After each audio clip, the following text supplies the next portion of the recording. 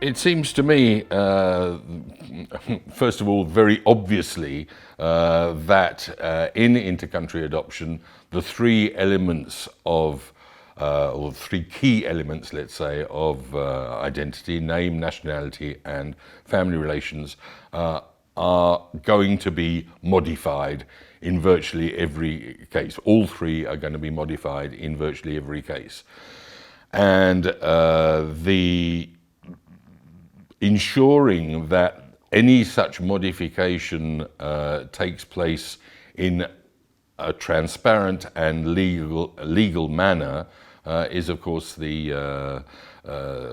prime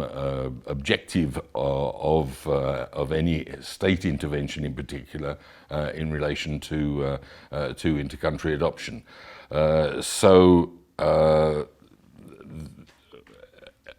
Intercountry adoption, when it takes place,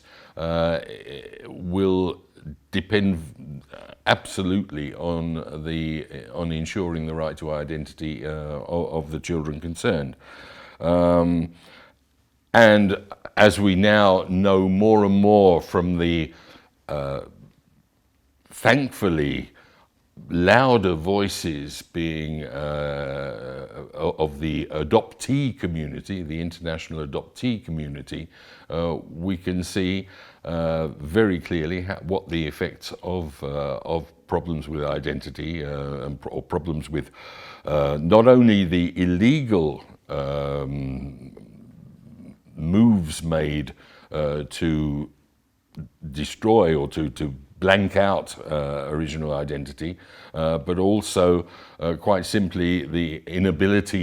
inability to access their origins, even if the papers exist, in fact, but access to the documents is of course crucial if you want to find out your true identity. Then the adoptees are expressing much better than I could the effect of the highly negative effect for them in basically in their approach to relationships, in their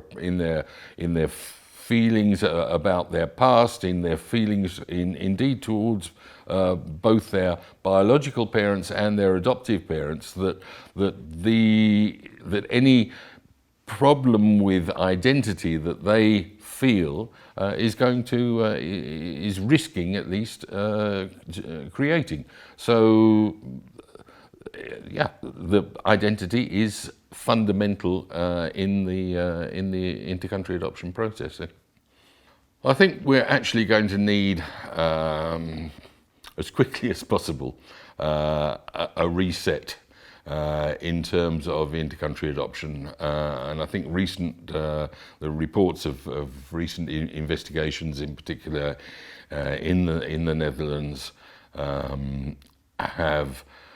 demonstrated the extent to which the adoption process has been very much adult-led and not child-led, and this essentially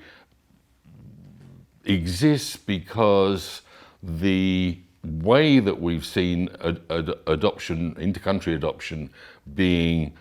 organized ever since its inception has been with the intervention and in fact enormous responsibility placed on private intermediaries. What we've done in the past is to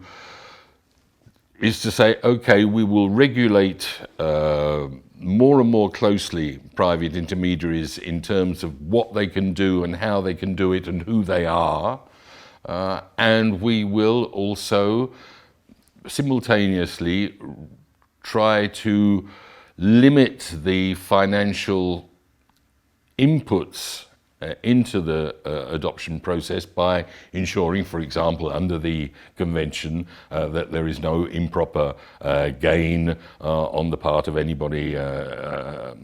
participating in the process.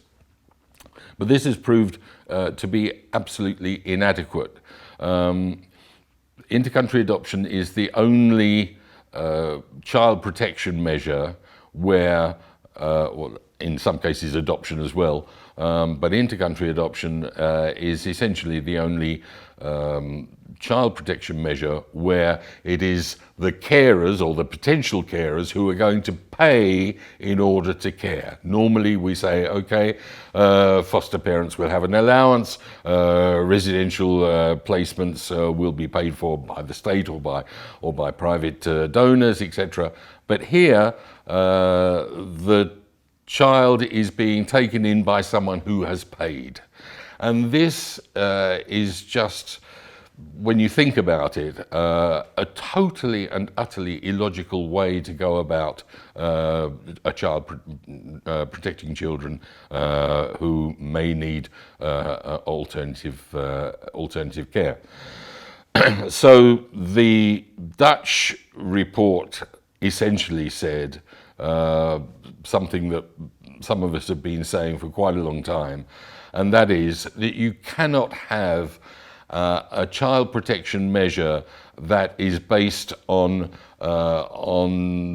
the provision of money in order to set in process that